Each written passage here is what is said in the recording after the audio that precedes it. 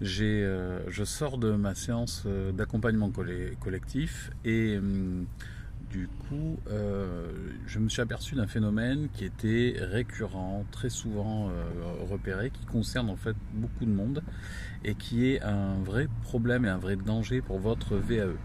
Donc écoutez bien parce que ça peut vraiment vous intéresser et ça vous concerne très probablement parce qu'on a tendance à tomber dans ce piège-là tous à un moment donné. En fait, je me suis aperçu que les personnes qui m'expliquaient la situation, au moment de choisir une situation pour l'écriture de votre livret 2, vous cherchez donc la bonne situation. Et souvent, quand vous m'exposez la situation, vous détaillez énormément la situation clinique, mais souvent le parcours de la personne. En tout cas, il y a un biais, il y a une erreur dans laquelle vous tombez, c'est que pas toujours et pas tout le monde, mais certaines personnes à un moment donné vont me décrire le parcours de la personne. Et notamment, je suis en train d'évoquer ça par rapport au DCA, donc instaurer une relation, la construction de la relation éducative et son analyse.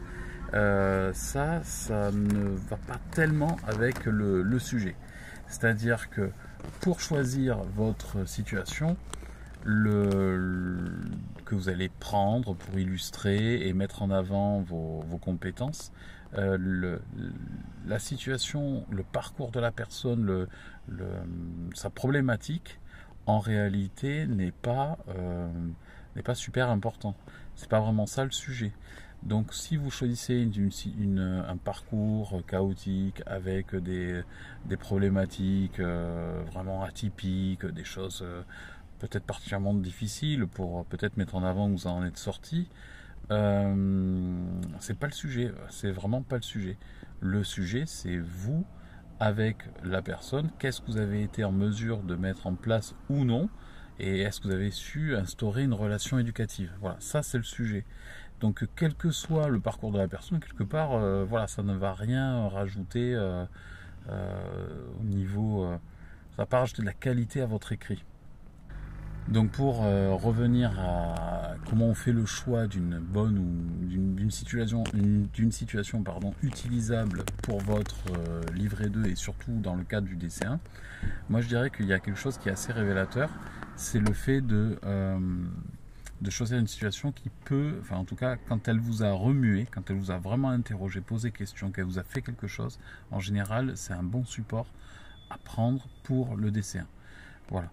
Donc mettez de côté le parcours complexe de la personne, ça c'est pas le sujet, ce sera peut-être plus du sujet du DC2, mais pas pour le DC1 du tout. Ce qui est vraiment, voilà, mettez la situation, le parcours de la personne, dans le cas du DC1, c'est secondaire presque. Ce qui va être important, ce qui est au cœur, c'est qu'est-ce que vous avez voulu faire, comment vous avez réussi à créer une relation éducative avec la personne ou les personnes. Voilà. C'est hyper important parce que c'est ça, sinon vous risquez de faire un hors-sujet.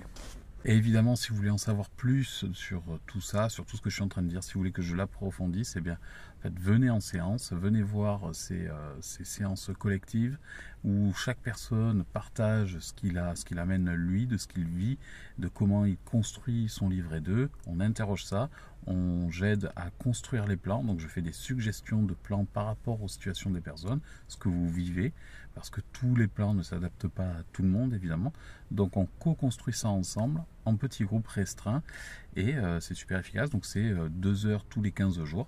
Si vous voulez en savoir plus, allez voir en description et rejoignez-nous. Allez, à bientôt, bye.